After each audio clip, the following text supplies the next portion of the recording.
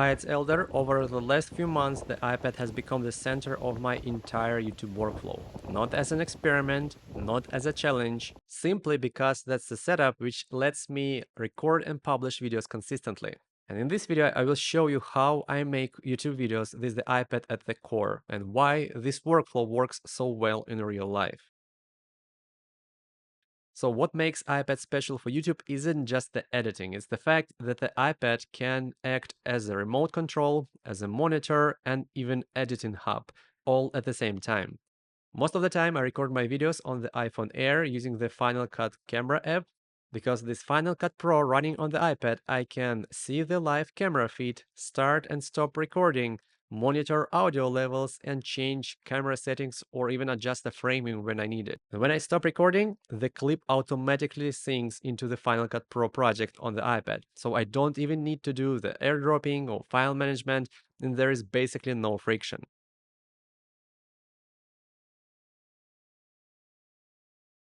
Now, for comparison, this is what my video looks like when I record with my Canon R8 camera. Yes, it looks better, nicer depth, cleaner image, and more cinematic, but with the camera, I need a separate app for remote control. I need to transfer files manually. I need to manage batteries, memory cards, setup time, and all of that. In this iPhone and iPad, I just press record. I see everything in the Final Cut Pro app on an iPad, and the clip is already in my project when I'm finished. And for my type of content and busy lifestyle, it makes a huge difference. So what you're hearing right now is the audio recorded with the iPhone Air straight out of the camera without changing any settings or whatsoever.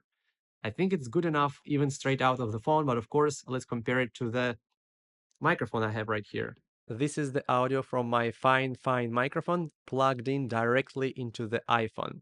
It is better and there is basically no setup involved. Just plug in and record. And I actually prefer this microphone over the more expensive Shure MV6 and other Shure premium microphones I used before. It's lighter, cheaper, and the quality is great for my needs.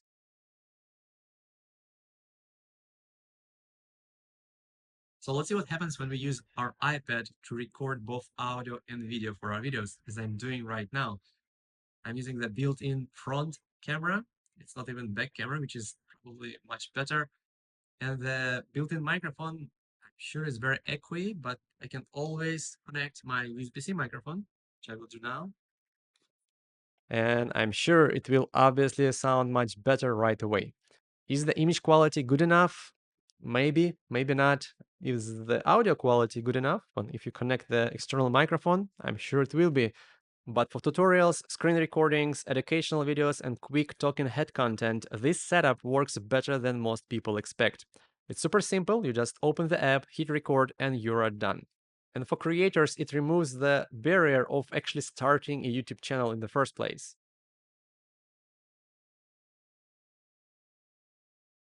So once everything is recorded, all of the editing is happening on the iPad. And right now I'm using the Final Cut Pro for iPad, mainly because of how well it integrates with the Final Cut camera. That said, I have also edited several videos in LumaFusion, and both are excellent, just with different strength. Final Cut feels more system level and integrated, while LumaFusion feels lighter and more flexible in some areas. And I think I will do a proper comparison between the two because I think it also deserves its own discussion. One last but very important part of the workflow is making the thumbnails, and every thumbnail I make for this channel now is made on an iPad using Pixelmator Pro. And I used to do this on a Mac, but now I actually prefer the iPad version of the Pixelmator Pro. Using Apple Pencil makes precise edits much faster, for example, cutting out subjects or cleaning up small details, and it feels very direct and visual. And for me, this is one of those areas where iPad isn't just good enough, it's actually better. Well, of course, instead of Final Cut Pro on the iPhone, I could also use Blackmagic camera. It's very powerful, very professional, and it also can be controlled from the iPad. And this actually opens up an entirely different subscription-free workflow. We can use Blackmagic camera on an iPhone controlled by the iPad, both are free apps, and then we can add LumaFusion, this one-time purchase, I think it's $20 or $30, or even the free DaVinci Resolve from Blackmagic.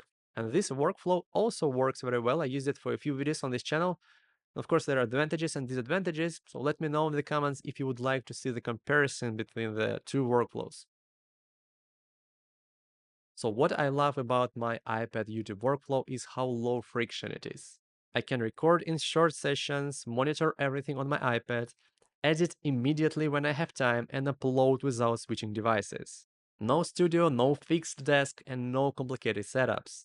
So if you're creating videos on an iPad, I would love to hear what does your workflow looks like. What do you use for recording, or what do you use to edit your videos? Thank you for watching, and I will see you next week.